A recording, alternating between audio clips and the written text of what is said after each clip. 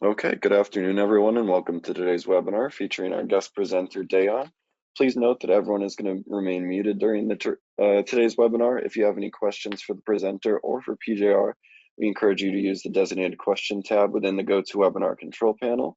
So without further ado, I'm going to hand it over to our speaker. Thank you for joining us. Yeah, thanks for this intro, and hello everyone, and thanks for joining this webinar today. So my name is Dejan Kosutic. I'm the CEO and main ISO 27001 NIS2 and DORA expert at Advisera. And today I'm going to share with you some insights on actually how you can use this leading cybersecurity standard ISO 27001 for compliance with NIS2 and DORA. I'll put a special emphasis on IT companies because I know IT companies are, I would say, the closest, so to say, to ISO 27001. But I'll also explain, how this standard can actually be useful not only for IT companies but also for other types of companies.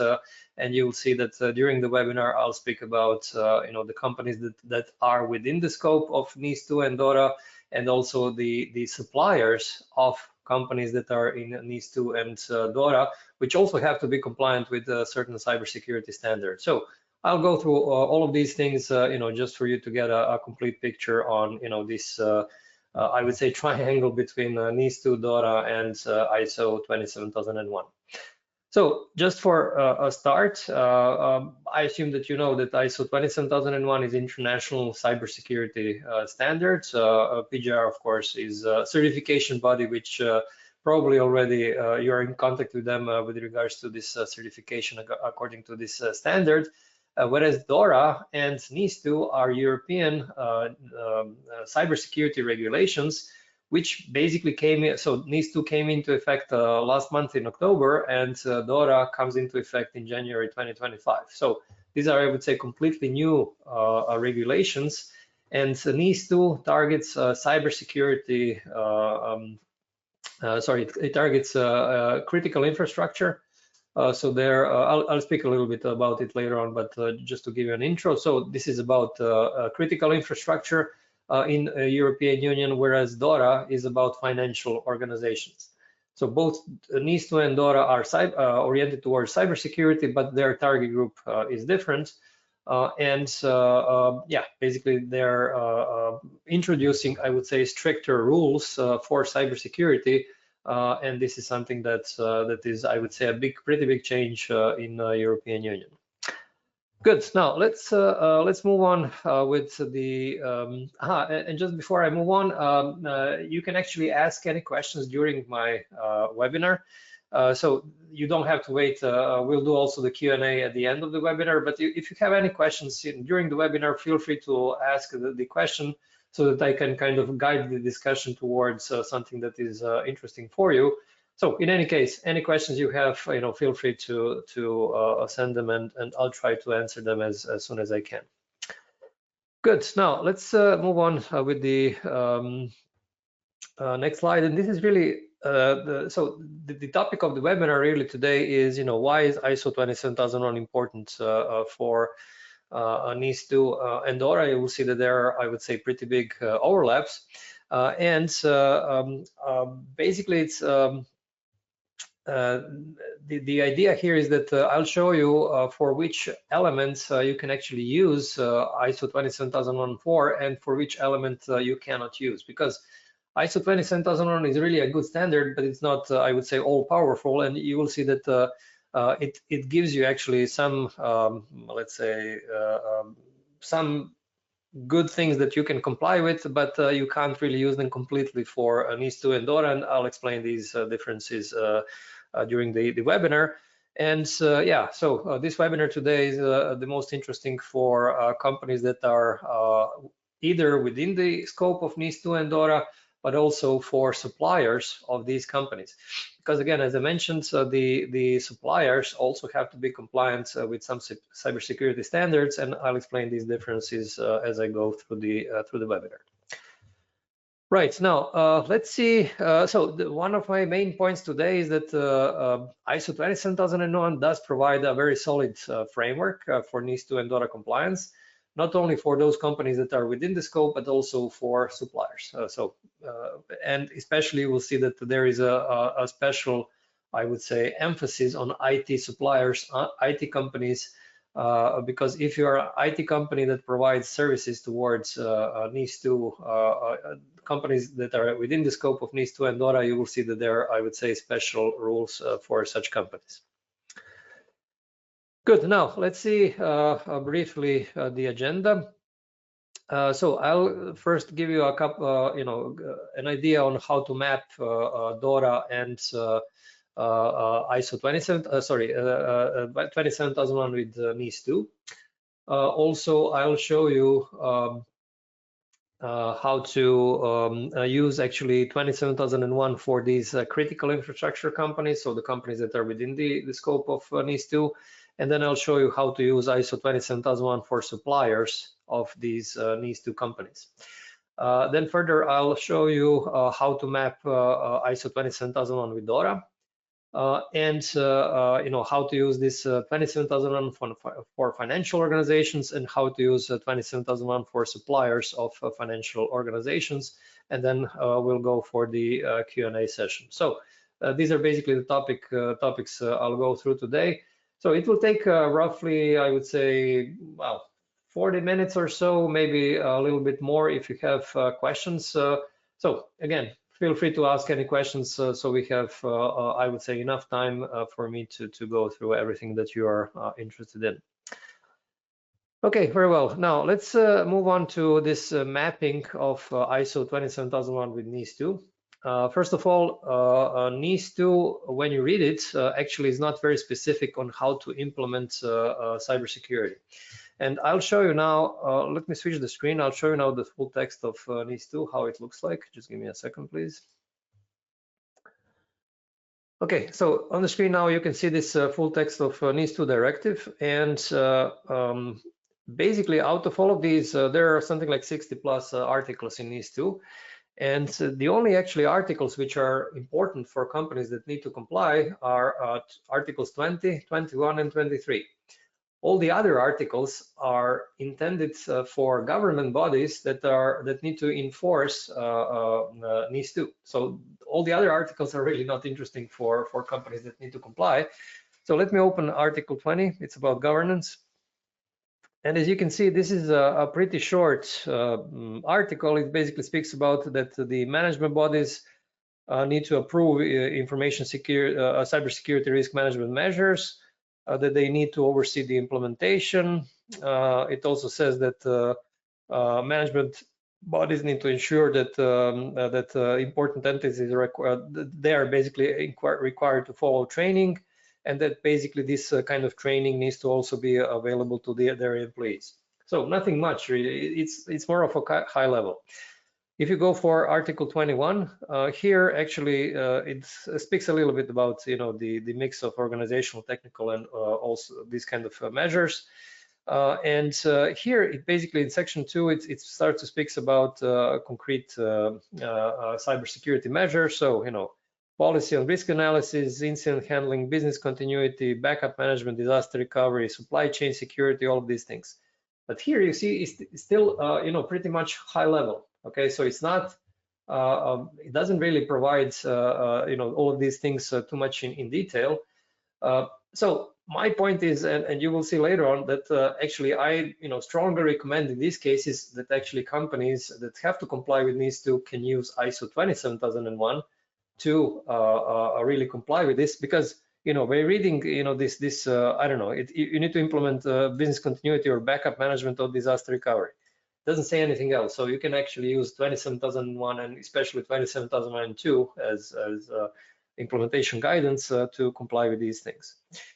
Okay, when we go for Article 22 is not really interesting. Article 23, here you have these reporting obligations, and there it's a lengthy article. It's much more precise, and basically here it specifies that companies in NIS2 scope have to send these early warnings within 24 hours, then within 72 hours they have to send incident notifications. They have to send an intermediary reports and so on. So basically, it's much more detailed. So here, ISO 27001 is not going to be very helpful because it's not as detailed as NIS2. Okay, now I'll send you now through the chat window the link where you can actually access this full text of NIS2. So just give me a second, I'll find it now.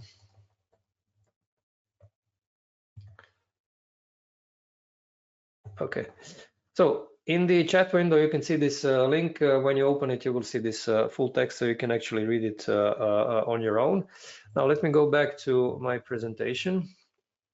Okay, so when it comes to, so as you can see, NIS2 is not specific, and it does encourage the use of international standards. So NIS2 basically says that, you know, the companies that are within the scope should actually use these international standards. It doesn't really specify ISO 27001, but it does mention ISO 27000 series of standards, meaning 27001, 27002. So it kind of, you know, indicates that it could go in this direction. And as I mentioned, 27001 maps very well with Article 20 governance and Article 21. But it does not really provide very good guidance for Article 23, which is around reporting obligations. Okay, now, you know, these companies that are within NIS2 scope should also, I would say, assess how compliant they are with NIS2, and for that purpose, they can actually use this NIS2 gap analysis tool, and it's a completely free tool. Just send you.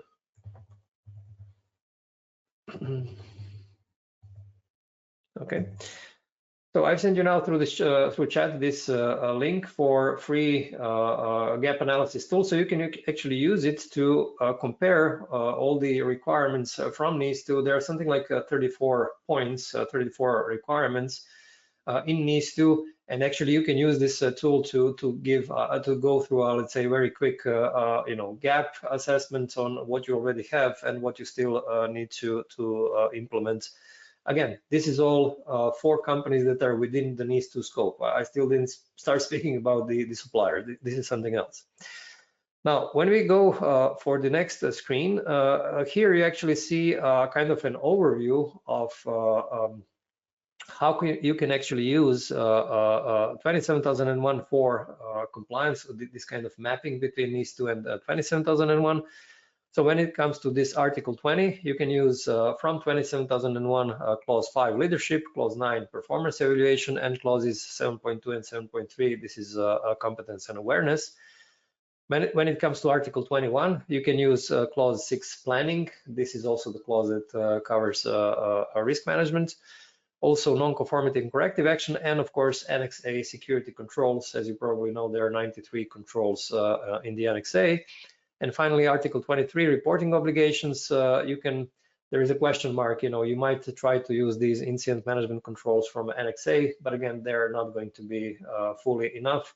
You will have to actually build more on them. So my point being here is 27001 is, I would say, pretty useful other than for Article 23. And I also send you now a link to an article which speaks a little bit more about this mapping. So let me give you this link now.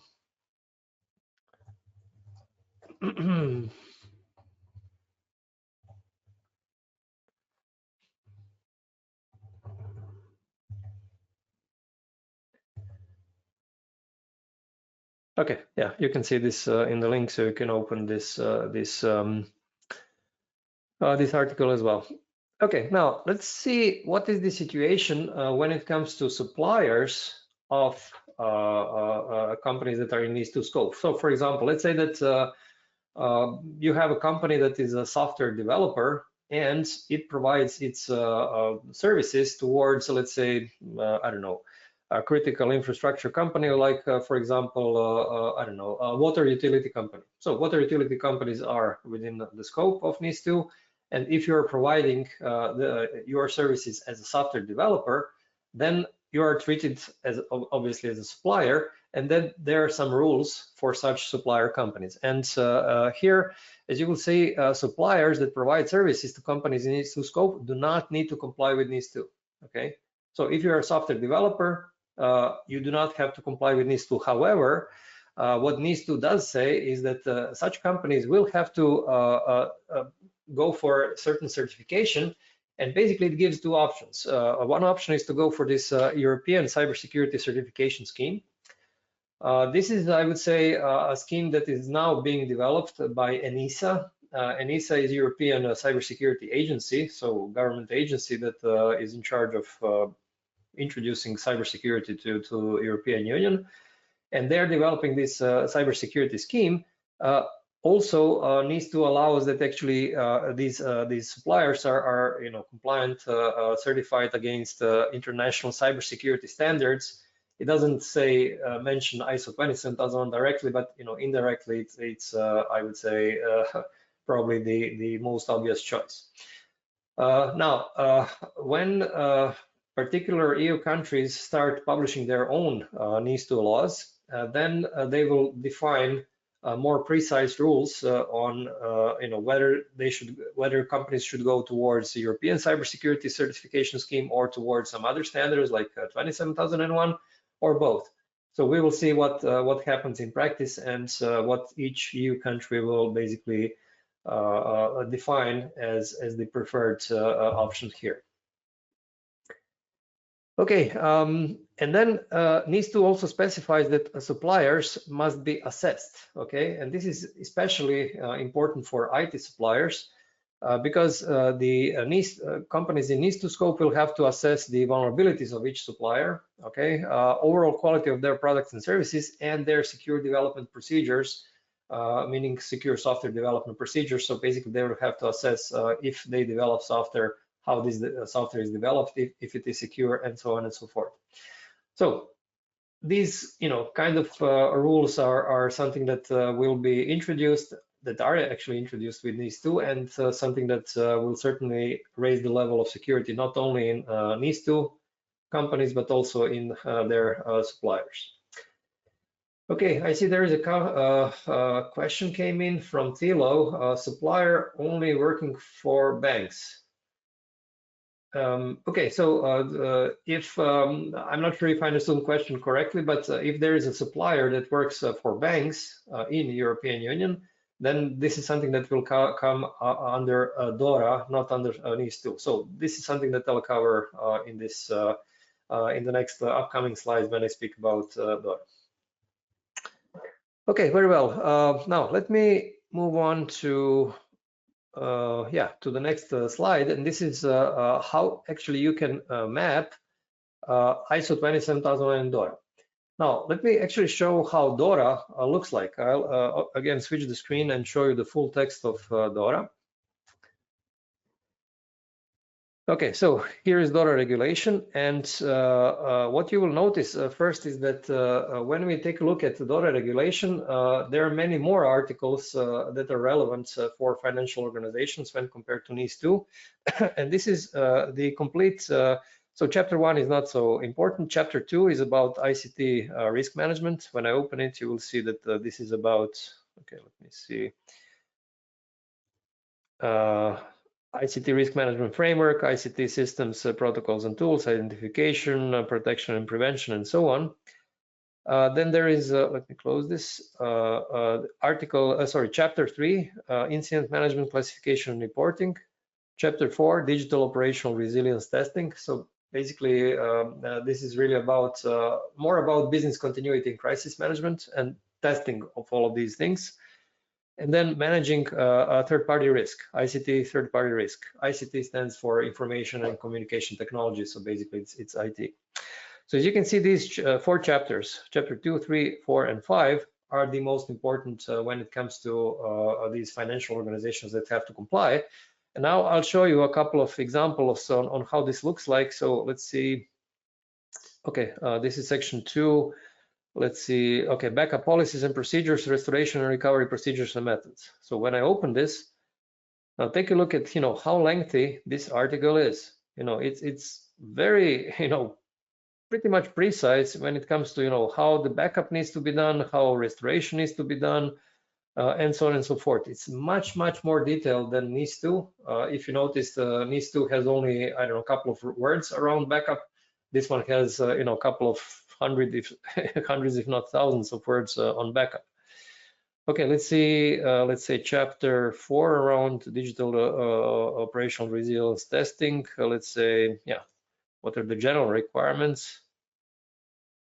Yeah, and then basically it's it's pretty detailed on how this all of these things need to look like. Let me actually send you now this link for this DORA full text.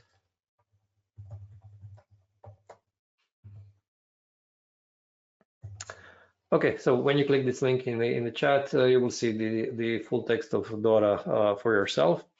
Now, what I wanted to show you also that DORA is actually not alone as a regulation for financial organizations. It has these, you could call them appendices, and they're formally called these CDRs, Commission Delegated Regulations. And there are a couple of them, but the most important one is this CDR 2024-1502, and it speaks about. Sorry, actually, this is not the one that I wanted to show you. So let me again open the one that I wanted to show you. This is 1774. This CDR 2024-1774 is a further technical standards for ICT risk management tools, methods, processes, policies, and so on. So it further defines in more detail, what are these rules for complying with DORA. So let's say, I don't know, asset management policy. Okay, this is one of the articles here. So here you can actually see it goes very into detail what the asset management policy needs to have, what kind of elements this kind of policy needs to have. So again, my point is that it's much more detailed. Now let me send you a link to an article which lists all these CDRs. So okay. Yeah, so in this article that I've sent you now the link for, you will see all these Commission delegated regulations, which are appendices again to DORA. Okay, going back to my presentation. So as I've shown you, in most articles, DORA has actually more detailed requirements than ISO 27001. And on top of this, DORA does not really mention ISO 27001 at all as an obligation for financial organizations. So what does this really mean in effect? This basically means that for financial organizations, ISO 27001 is not going to be very useful because first, it's not as detailed. DORA is much more detailed. Second, there is really no indication in DORA that 27001 series or 27001 is the solution actually to compliance. So it's not as helpful. However, you can actually use ISO 27001 for financial organizations from a different perspective, more as a kind of a high-level guidance for setting up your security program. Because once you start reading DORA, you simply, see huge amount of requirements without, but they're not, I would say, displayed in a logical manner. And what I really like about ISO 27001 is this logic of continuous improvement cycle, the plan, do, check, and act cycle, which of course is also present in other ISO standards. And you can actually use this kind of a high-level guiding principle also for DORA. And I made this map here that is on the screen, which actually you can use to figure how to use 27001 as a high-level guiding principle on setting up your security program for DORA. And then you can actually say that for the plan phase in DORA, this would be Article 5 governance, Article 6 ICT risk management framework, Article 8 identification. For these purposes, you can actually use clause 4, 5, 6, and 7 from ISO 27001. If you move further to the implementation phase, okay, if you move further to this implementation phase, then you can actually see this do phase. Then you have these articles 9, 12, and 14, chapter 3, chapter 4, chapter 5. And you can actually use clause 8 from ISO 27001 and Annex A security controls. And if you go further, you have these Article 13, learning and evolving in DORA, and the parallel to this is performance evaluation and improvement. So again, from ISO 27001, you cannot get the details, but you can get the overall idea on how to manage security. And this is, I would say, the biggest value here when comparing 27001 and DORA. And when you think about it, it also gives you an idea on what are the most logical implementation steps. So you can actually use basically the steps to implement 27001 also for implementing DORA.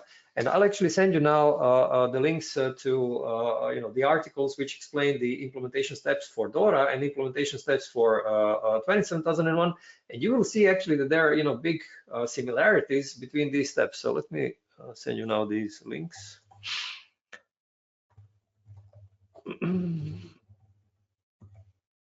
Okay, so first this is the article about the implementation steps for DORA, and now let me send you the link.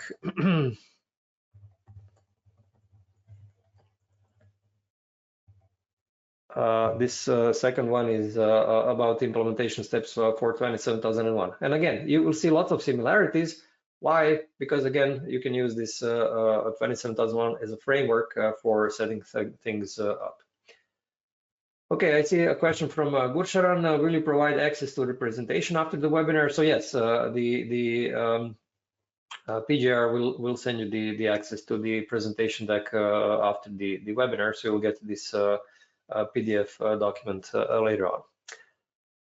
Okay, good. Now let's move on and to see what are actually the special rules for suppliers of financial organizations. So how are they treated, and what are the rules for these suppliers? Now, here is actually where things get very interesting. So first of all, the definition in DORA is that ICT third-party service provider is any company providing digital or data services to financial entities. Okay, so if you're, I don't know, developing software, obviously you are ICT third-party service provider. If you are, I don't know, cloud hosting company, again, you are this ICT third-party service provider. But also if you're I don't know, providing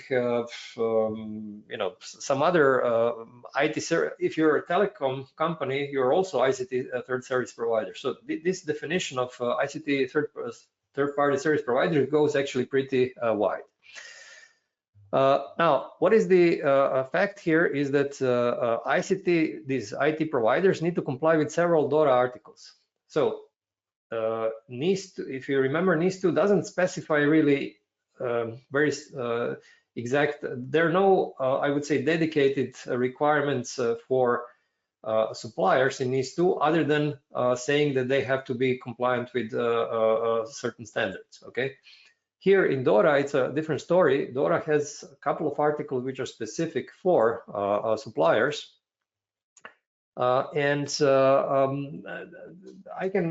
not sure if I have time to show you all these articles, but I'll send you now the link to an article which actually specifies all of these articles in DORA, which are relevant for IT suppliers. So let me send you the link now.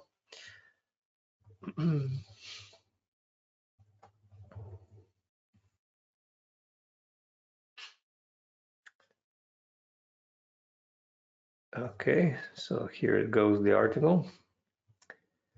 When you open this article, you will see, a couple of things there. So, for example, I'll show you now in the presentation here. So, Article 28 says that all ICT providers must comply with appropriate information security standards. So this, this Article 28 is pretty similar to what NIS2 says, again, DORA doesn't say which standards, but it can go in two potential directions. One is this European cybersecurity certification scheme. The other one is ISO 27001. So in that regard, NIS2 and DORA are similar, but where actually DORA goes much further than NIS2 is that DORA defines that financial organizations have to sign specific security clauses with IT suppliers. There is nothing, no such requirement in NIS2.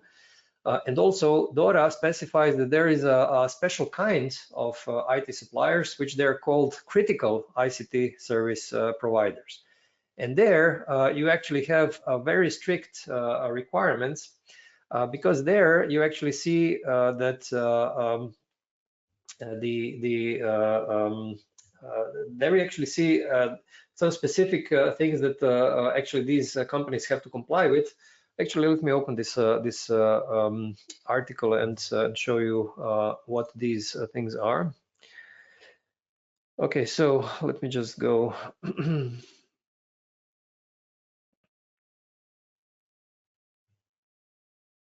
Okay, here's the article.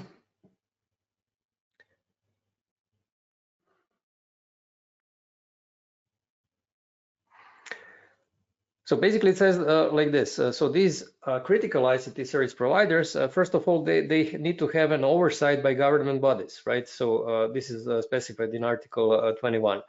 So if, for example, if your company is providing some critical software for, let's say, core banking software to a particular bank in the European Union, then your software development company can be designated as this critical ICT service provider.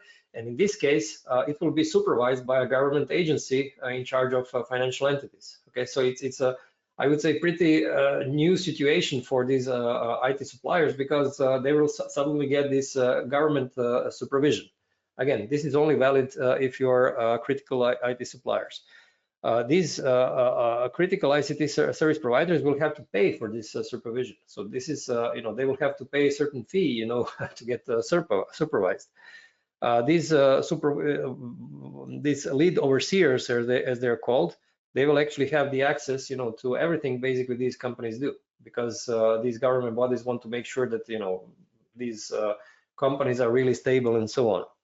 And there are, lots of supervision elements which are prescribed. As you can see, there are lots of them that, these supervision, these leads overseers will actually have the access to. So it's something that, these audits that will be done by these lead overseers will going to be a very, very detailed ones. Again, I repeat, this is only for critical ICT service providers for DORA. It's not for other types of suppliers. Also, what is they will look for, of course, documentation and evidence. DORA also specifies additional contractual obligations.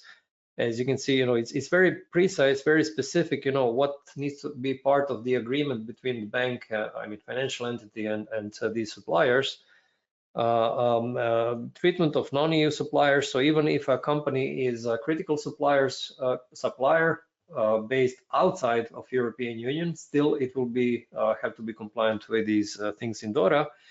And there are also some specific fines and penalties on how these suppliers can be fined. So as you can see, it's very interesting. It's very strict, very, very detailed, very strict, and yeah. So what is the point here? Even if you are a regular ICT supplier to a bank, not critical one, you will have to comply with some of the security standards. Most likely this will be 27001. But if you are a critical ICT supplier, then 27001 will have to be very, of course you will have to go for 27001, but you will actually have to build your security even more than what 27001 requires. So basically, it's again, as you can see, for DORA and for their suppliers, it's much stricter than what we have in NIS2. Okay, basically, this is what I wanted to present you.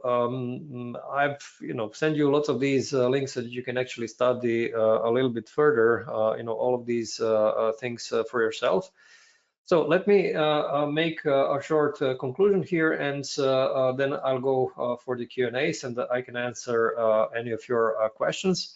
So basically, I would say ISO 27001 is a very established framework, and there are lots of knowledge and tools around 27001. If you search the internet, you'll find a lot of things around 27001. but you won't find many things around DORA and around NIS2. So if you choose to use 27001 as the framework for complying with NIS2, if you're in NIS2 scope, or if you want to comply as a supplier to NIS2 companies, 27001 is perfect there.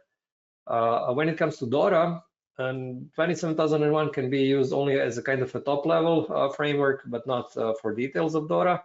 And for suppliers of DORA financial organizations, you will certainly have to use 27001 because, again, this is, I mean, you will have to comply with some, at least one cybersecurity standard. So I would say that all in all, 27001 is a pretty good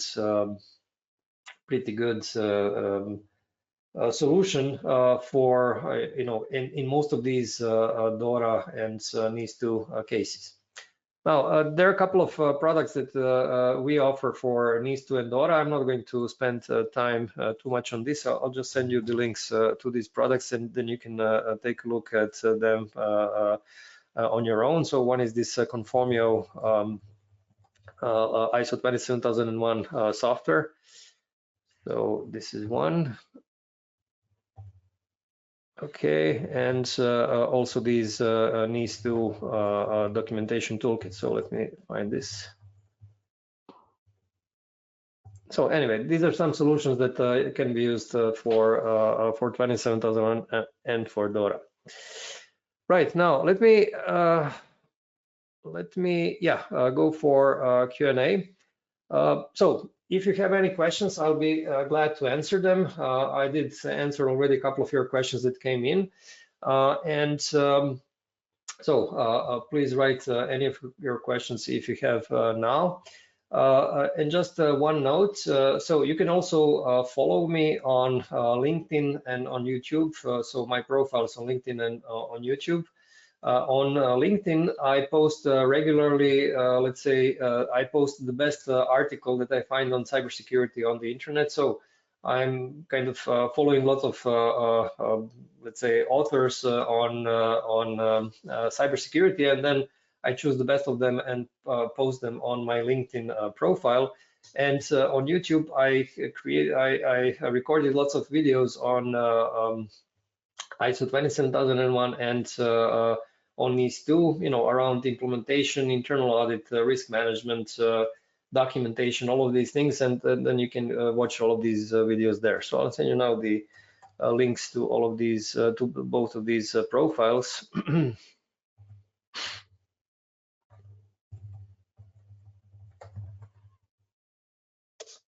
Okay. Okay, you can see them now in the chat window. Okay, a question came in, so it's from Gursharan. Does ISO 27001 a good standard to comply with EU Cyber Resilience Act, DORA, and NIS? Yeah, so around 27001 and NIS2 and DORA, so this is what I explained during the webinar. Now, when it comes to Cyber Resilience Act, I still didn't study it in detail. It was published like a couple of days ago, so it's a very new very new regulation. So right now I can't give you the answer really on how good 27001 is for this CRA or Cyber Resilience Act. So this is something that is certainly coming. I think CRA will come into effect in 2026, so it's we still have time to go and prepare, I would say, for this act. Cyber Resilience Act will be mainly about defining how these cybersecurity products will be, how they will have to be configured, how they will have to be presented to consumers, and so on. Okay, also the question, will you be running a future webinar on cyber CRA? Yes, so definitely it's something that I will present. I'm also preparing to create a webinar on AI Act, European AI Act. So this is also something that I'm preparing for next year. Good. Okay, so let me see if there are any other questions. Okay, if there are no other questions, then let me wrap up the webinar. Again, this webinar today was intended as a kind of a higher level overview, about what this 27001 standards means for DORA and for NIS2. And I'll also have some other webinars which dig deeper into these two standards, just to kind of give you additional insight. But this was really a kind of a high-level overview of how this compares and how this can be used. And I hope this was helpful. And in any case, thank you for your participation. And I hope you have enjoyed this webinar. Have a nice day.